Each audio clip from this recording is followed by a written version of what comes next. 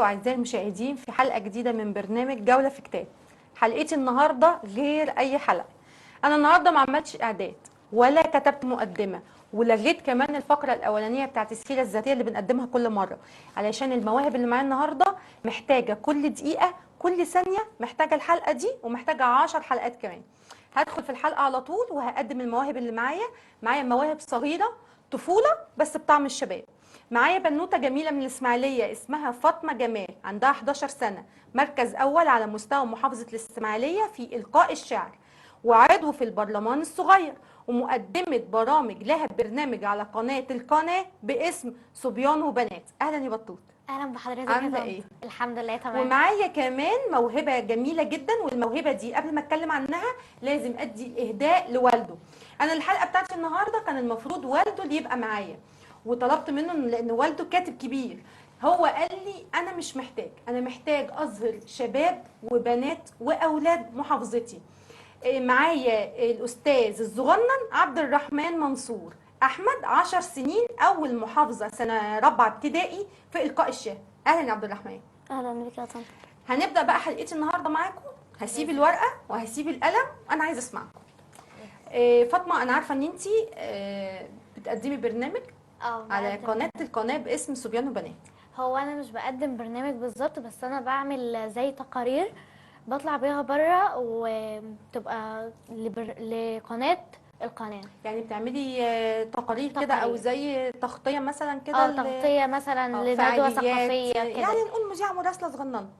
يعني كده؟ ممكن. وكمان برضو كنت بذيع برضو برنامج اصدقاء توتا على قناه عيون القناه تي في على اليوتيوب. طيب انا عارفه ان انت حاصله على جايزه اولى في القاء الشعر.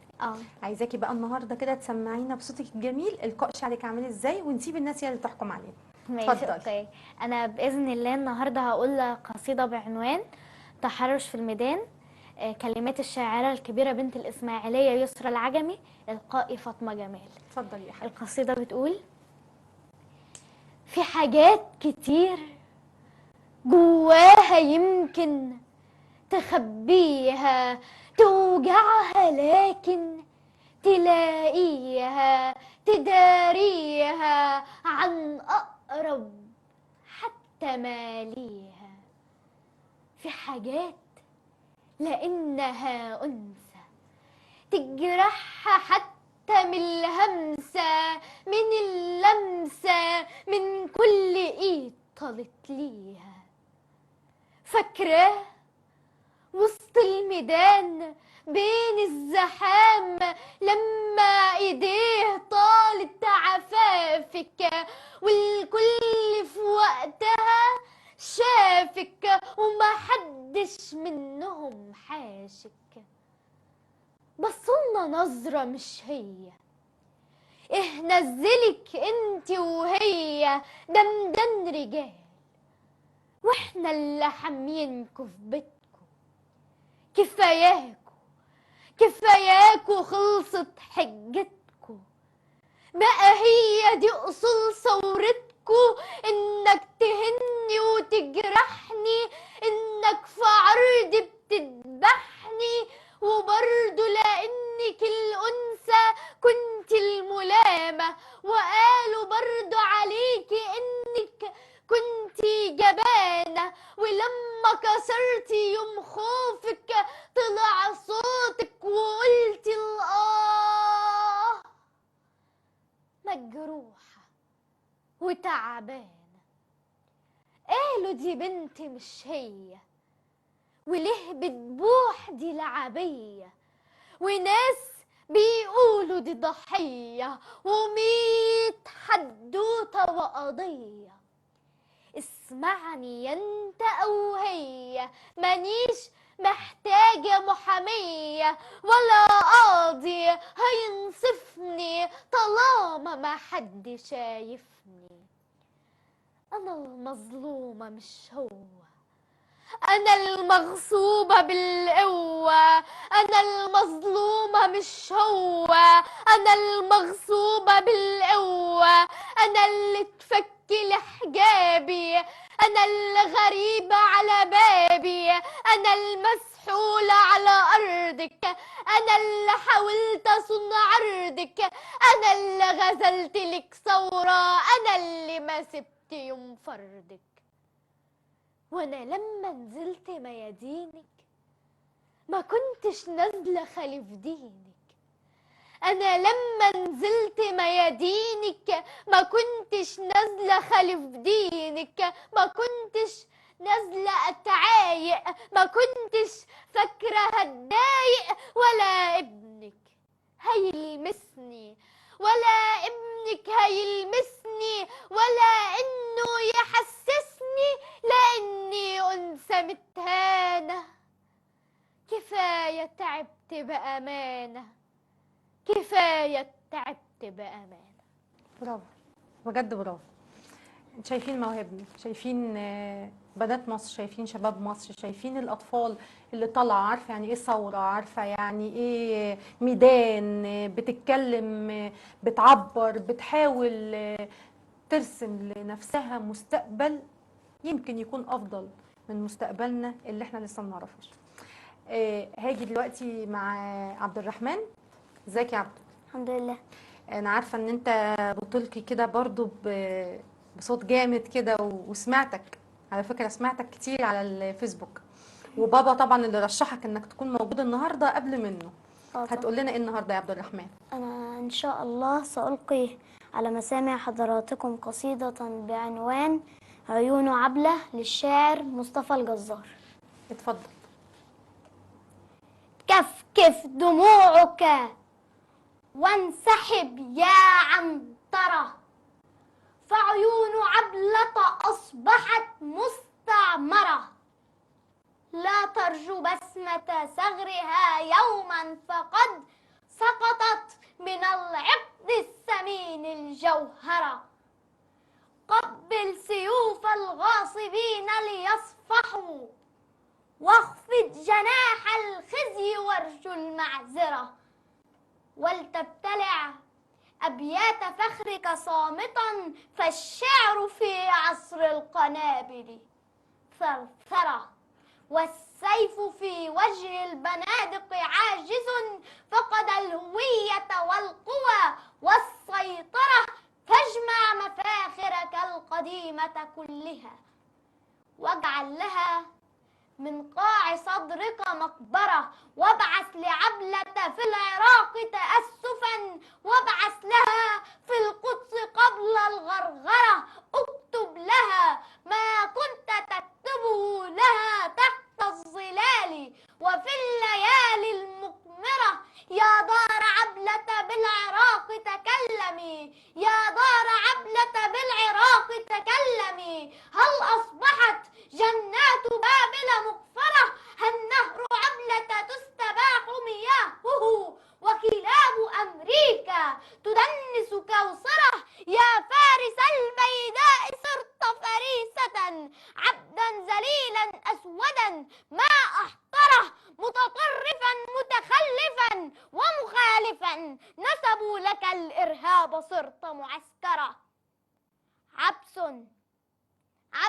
تخلت عنك هذا دأبهم، حمر لعمرك كلها مستنفرة، في الجاهلية كنت وحدك قادرا أن تهزم الجيش العظيم وتأسره، لن تستطيع الآن وحدك قهره، فالزحف موج والقنابل ممطرة، وحصانك العربي ضاع صهيله بين الدوي وبين صرخة مجبرة. هلا سألت الخيل يا ابنة مالك، هلا سألت الخيل يا ابنة مالك، كيف الصمود وأين المقدرة؟ هذا الحصان يرى المدافع حوله متأهبات والقذائف مشهرة، لو كان يدري ما المحاورة اشتكى، ولصاح في وجه القطيع وحذره.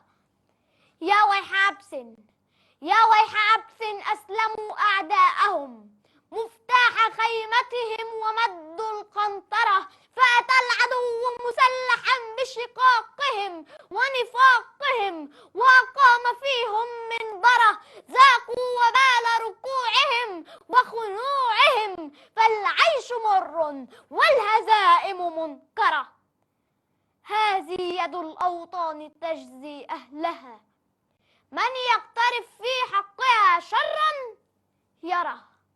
ضاعت عبيلة والنياق ودارها، لم يبق شيء بعدها كي نخسره، فدعوا ضمير العرب يرقد ساكنا في قبره وادعوا له بالمغفرة. عجز الكلام عن الكلام وريشتي لم تبق دمعا أو دما في المحبرة، وعيون عبلة لا تزال دموعها تترقب الجسر البعيد لتعبره. شكرا. بجد 100 تسقيفه يا عبد الرحمن بجد. انا بس عندي سؤال صغير، انتوا فاهمين اللي انتوا بتقولوه؟ بالتأكيد بالتأكيد طبعا. يعني انت مدرك انت بتقول ايه وبتوصف ايه ويعني مدرك الكلام ومعناه بص يا طنط، ما فيش اي واحد شاعر بيسمي نفسه شاعر وهو مش حاسس الكلام اللي بيقوله ولا فاهمه. بس مش انت اللي كاتبه، انا عارف. بس فاهمه. بابا بيفهمني. بابا بيفهمهولك وانتي فاهمه الكلام اللي بيتقال. بالتأكيد طبعا. أنا معرفش مثلا ألقي قصيدة وأجيد فيها قوي أو أحسها وأعبر عنها غير لما أكون عارفاها كويس جدا وفاهمة هي بتتكلم عن إيه وشايفة ده بعيني يعني. طيب انا سنكم الصغير بس فكركم اكبر، طبعا. نفسكم في ايه؟ يعني انتي كفاطمه دلوقتي شاعره وبتلقي شعر وممكن تكتبي شعر، نفسك في ايه؟ يعني حاسه كده لما تكبري عايزه تشوفي مصر ازاي؟ عايزه تشوفي فاطمه بنت مصر ازاي؟ طبعا عايزة مثلا أشوف مصر، مش مثلا، هو بالتأكيد عايزة أشوف مصر فعلا متقدمة بأبنائها وبأولادها، علشان خاطر يبقى في لكل واحد حاجة هو حاببها وكل حد يبقى عارف هو بيعمل ايه بالظبط. وانا طبعا نفسي لما اكبر الاقي فرصتي. يعني مثلا انا بشوف معظم الشباب عاطلين عن العمل، بيشتغلوش. ما بيشتغلوش. نفسك لما تكبري نفسي لما اكبر تحسي- احس ان انا بشتغل وان انا بفيد بلدي. وطبعا بتمنى لكل اولاد مصر وكل شباب مصر ان هم طبعا يشتغلوا ويلاقوا لهم فرصة عمل كويسة. طيب وانت يا عبد الرحمن؟ انا اتمنى ان مصر تبقى مصر اللي يعني اللي كانت عظيمه. اللي كانت عظيمة. بس مصر لسه عظيمة ما انا عارف، بس صح؟ عايزها ترجع زي الاول، تقف على رجليها. تقف على رجليها تاني. طيب يعني بتقابلوا مشاكل في ان انتوا تحضروا ندوات او حد من وزارة الثقافة يسمعكوا، او يعني شايفين ان الامور بالنسبة لكم في القاء الشعر وحضور ندوات او حضور صالونات شعرية سهلة؟ حاسين ان المدرسة بتدعمكوا، وزارة الثقافة واقفة معاكوا، حد يعني محتاجين ايه؟ يعني ايه اللي ناقصكم في محافظة الإسماعيلية بالذات؟ وانتوا طبعا وضيوفنا كمان يا جماعة، هم الشباب اللي معانا دول مش بس انا مش عايزة اقول عليهم اطفال، لان اللي احنا سمعناه وشفناه دول مش اطفال، معايا كمان زيهم. بعد الفاصل هنخرج فاصل ونرجع نشوف المواهب التانية اللي معايا، كلهم من محافظة الإسماعيلية. انتوا بقى كأولاد محافظة الإسماعيلية نفسكم في ايه؟ عايزين الدولة تهتم بموضوع الشعر بالنسبة لكم ده ازاي؟ طبعا عايزه اقول لحضرتك ان احنا دايما بنحضر ندوات، طبعا بنستفاد من ان احنا نحسن في ادائنا وكده، بس في برضو حاجات ناقصانا. يعني مثلا في المدرسه انا دخلت مسابقه القاء الشعر السنه دي، لان هو لسه السنه دي قايلين لي في المدرسه ان في مسابقه القاء شعر، لان المسابقه دي تبع وزاره التربيه والتعليم بالاسماعيليه. ف في المدرسة بتاعتي ما كانش في أي حد يعرفني، أي مدرس يعرفني لغاية السنة اللي فاتت. كنت في سنة 6 وما كانش في أي حد يعرفني ولا كانوا مهتمين بالشعر ولا بالمسابقات يعني. فأنا طبعا بطالب من كل الناس إن هم يساعدونا، وطبعا يعني محتاجة تدريب، مسابقات زيادة، محتاجة تدريب. بالتأكيد. التربية والتعليم، الثقافة، انتوا قامتين يا جماعة، وزارة التربية والتعليم ووزارة الثقافة. احنا شايفين معانا اهو، معانا بذرة محتاجة، معانا نبتة محتاجة تبقى زرع، ما عايزين نسقيهم، عايزين نراعيهم، عايزين ناخد بالنا منهم. المواهب موجودة، محتاجة بس اللي يظهر، مش اكتر من كده. هاخد فاصل وارجع استكمل الحلقة بتاعتي واستقبل ضيوفي التانيين. قبل ما اخرج بشكر فاطمة جمال ميرسي. وبشكر عبد الرحمن احمد منصور. ان شاء الله لينا لقاء تاني في حلقات تانية ان شاء الله. هنخرج فاصل ونرجع على طول، استنونا.